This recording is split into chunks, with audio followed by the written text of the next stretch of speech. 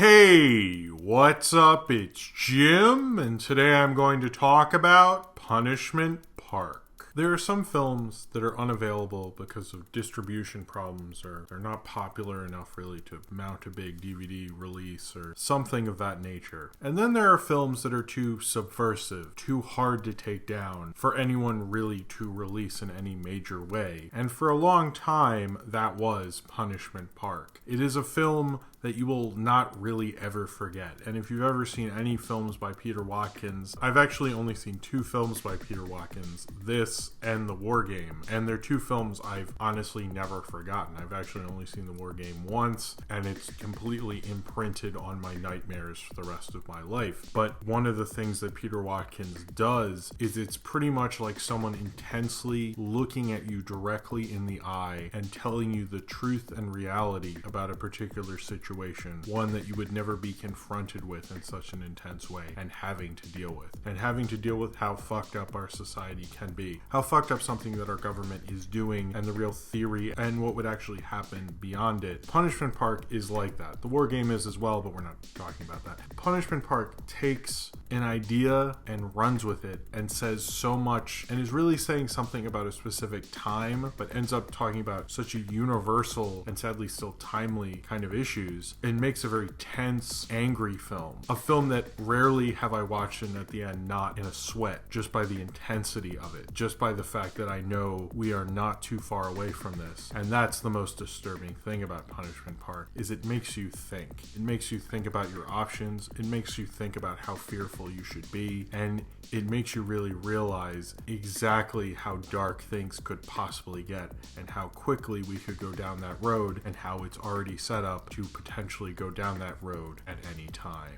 In 1970, but it kind of acts like it takes place in a future scenario where, as the Vietnam War is escalating and Nixon wants to try to take care of people who are opposing the war, he decrees a state of emergency and uses the McCarran Security Act of 1950, which, by the way, I know I'm talking about the plot of this movie. The McCarran Security Act is a real thing. Federal authorities, without asking Congress, basically the president, can detain people they judge to be a risk to internal security or America's security and detain them anytime they want. That's a real law. That's still a law. It was a law then. It's been a law since 1950. What they did is they take the people from the anti-war movement, civil rights movement, feminist movement, conscientious objectors, and the Communist Party, and mostly people who were university students, and take them and they put them in front of a tribunal of respectable members of the community who do not feel the same way, and hear their cases, but give them the option of either going to jail for like a ridiculous amount of time or going to Punishment Park. And basically what Punishment Park is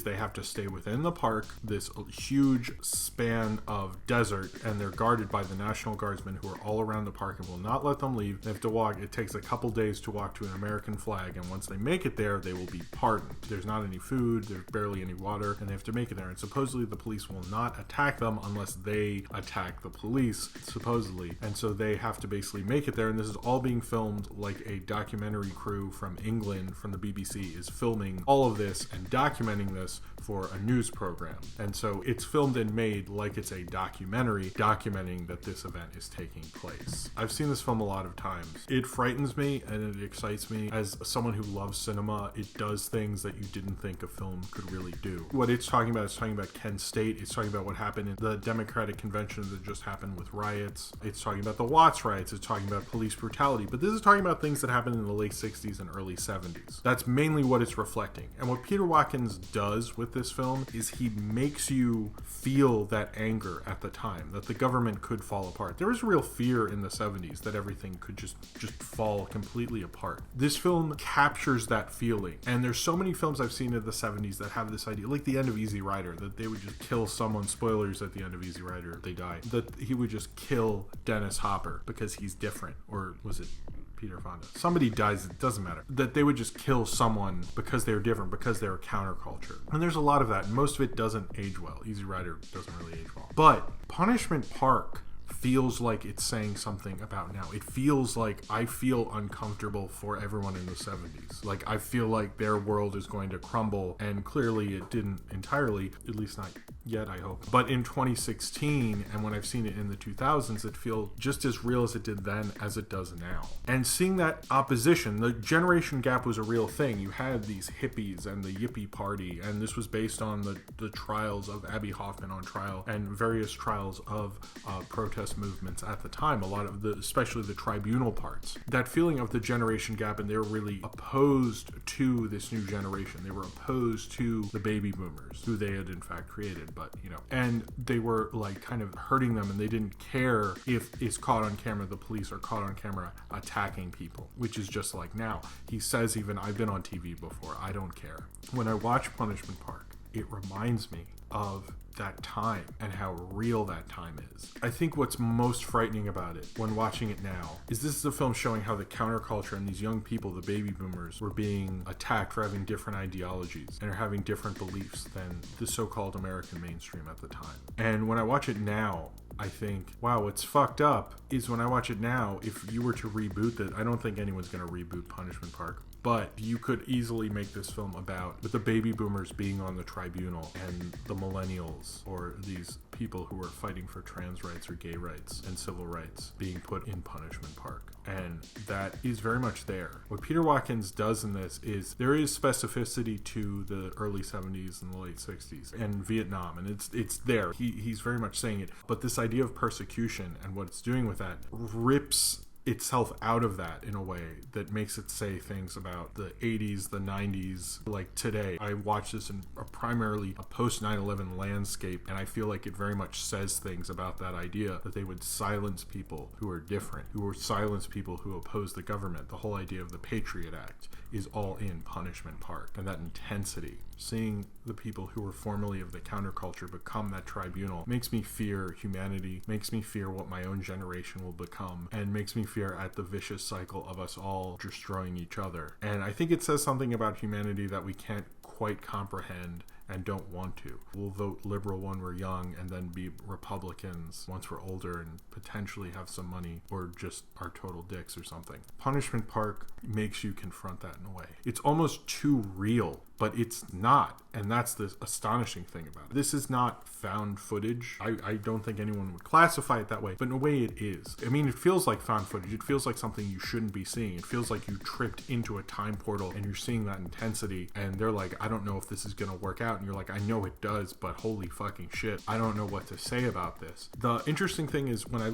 look at this, I think of things like Orson Welles' radio broadcast of War of the Worlds, where he basically took War of the Worlds and made it into a news broadcast. And people thought it was real. And people thought Punishment Park was too intense because it felt too real. Because this idea that people trust media, I think that's more of an idea that people don't believe in as much now. Millennials don't really believe in that. They are cynical towards the media. If you look at the audience between Jon Stewart and then the Colbert Report never worked as well for older audiences because they had too much faith. They liked this guy, Jon Stewart, talking to them and telling you his honesty, quote unquote, even though it's not. It's all manipulated. And Peter Watkins even says that even the news is manipulated. It's put together. It's edited. There's a show to it. And taking War of the Worlds and doing it in a different way and showing it as a news broadcast freaked people out, and people thought the Martians were coming. Punishment Park takes that into such an interesting direction because it uses that to say things about the current landscape and ends up saying a lot more. But it also does an interesting thing if you compare it to what found footage became. So this film is about 10 or so years before Cannibal Holocaust, which would basically be the major influence on the Blair Witch Project. Now, the interesting thing about Punishment Park and Cannibal Holocaust is in both of these films, there's a part where the documentary filmmaker, played by Peter Watkins, is yelling at the police officers who've done these horrible things to these kids and saying, like, we have filmed you, this is awful, this is horrible. And same within Cannibal Holocaust, there's that moral debate about the footage. Should we release it? We can't release this footage. This is awful. This is horrible. There's a moral voice in the film who's saying this is horrible. There is no moral voice in the Blair Witch Project, in Paranormal Activity, in any found footage thing after that. In a way, what's different is they desensitized it. Or did they? Are we looking at it as entertainment? I mean, literally, if you think of those films under the guise of them, in the universe of the Blair Witch Project, some perverted, disgusting person edited together footage of kids getting murdered by some weird witch or something and released it for profit. Theoretically, and if you believed all that shit, you were watching a snuff film. Under the guise of that. And there's no point where someone goes, this is horrifying. And it's interesting, maybe morally, because people believed more in the media then that was there, but because of more of a cynical viewpoint and coming up with a different theory to film something, they understood that.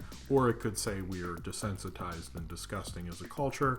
You can pick your theory, basically. It's also remarkable how pro-documentary this is, because there's no real character you're following. No one has an emotional arc in this film, except for one person on the tribunal who starts to turn towards the end of the film. But you're not really aware of anyone's names. I mean, you are, but I never think of that when I'm watching it. Maybe you do. I don't know if you've seen Punishment Park. But when you are watching Punishment Park, you're just kind of getting upset at the situation. It's like you're looking at society. Most of the time when you're watching a film, there's like an audience conduit. Like it's like Luke Skywalker or something. You're watching Luke Skywalker, they can go, who's this guy? Oh, this guy's Han Solo. Oh, I feel good as an audience member because I understand this. Punishment Park, it's like, yeah, fuck that. You're gonna have to deal with this film. You're gonna have to deal with what it's doing. And it really makes you deal with it. There's no one to follow. There's no main star of Punishment Park. There's no main character. So it's not even trying to sell to you. It's trying to be intense. It's trying to make you look at everything and see the evil in all of this. Some characters get worse. No one really gets better except for that one tribunal member who recognizes how horrible this is. And, you know, the documentary crew guy freaks out, but he's more reacting to what's going on. I don't know if that's as much of an emotional arc. I mean, I guess it is. It's an emotional reaction arc. The cinematography by Joan Churchill is one of her first films, or at least from what I saw on IMDb. She would go on to make various other documentaries, one of them being 50 Blocks from Tiffany's, which is a really good documentary. She helped shoot Kurt and Courtney, and she's done a lot of cinematography for a lot of documentaries, but what she does here is it's very cinematic. It feels 100% like a documentary. I mean, they were improvising, they weren't written as scripts, and actually the intensity on set was so intense, one of the counterculture people actually threw a rock at one of the cops because they were like so mad at them, and the cops actually shot back. Like, and so when there's a part when they're reacting to him shooting them, that's like a real reaction. It got so intense and real, and Peter Watkins would actually just feed them the situations and stuff, and when these people would get very tense at each other, they actually hadn't met each other until they started filming. So the tribunal things, why they're so tense is because there was that division. It feels like a documentary, but it feels very cinematic. It's very beautifully shot. They carried a big heavy camera all over the place. They did not have like steady cams at this point in the desert and crazy weather, and they made a very impactful movie that's beautifully shot. Joan Churchill, like, I've seen a couple of her other films, but I honestly think this is one of her best shot films. It was also shot by Peter Smokler. I think this film is too intense in certain regard, and it will wake you the fuck up. And maybe in certain political times, we need to wake the fuck up and know how bad it can really get. And knowing that basically what Peter Watkins did is he took a real law, the McCarran Internal Security Act, and made a fictional film with it that could really happen. And even like legitimize the National Guard can use this to train their people, and they can take out these counterculture guys and torture them and really break their spirit. And it works totally in that way. And people felt Nixon was that evil, and people thought Bush was that evil. People feel Trump is that evil. Punishment Park is a film that will never stop feeling real, and that should scare you. Punishment Park is one of the rare films of the 60s and 70s that didn't sell out and lose its spirit, didn't age in the wrong way, didn't become something else or something like that. Peter Watkins made an astonishingly straight, subversive movie that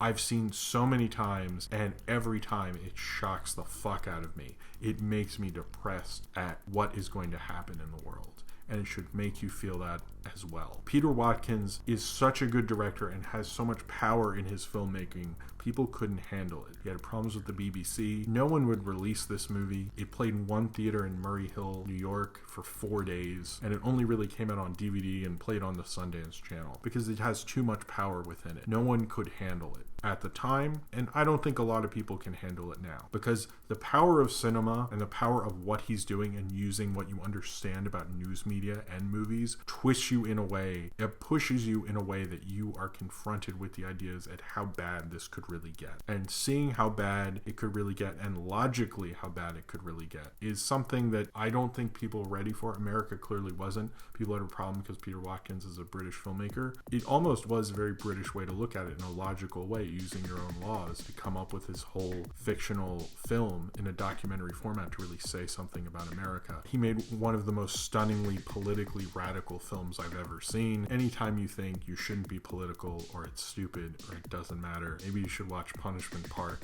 and start fearing for your own fucking life and hope that no one just breaks down the door and starts putting a gun and yelling at you, because that reality is a lot more real than you expected. And I think Punishment Park puts that and shoves it in your fucking face and lets you deal with it. And it doesn't matter if you can't deal with Punishment Park, because Punishment Park is gonna fucking deal with you. So if you have seen Punishment Park and you would like to talk about it, then comment below in the comments and subscribe if you would like to.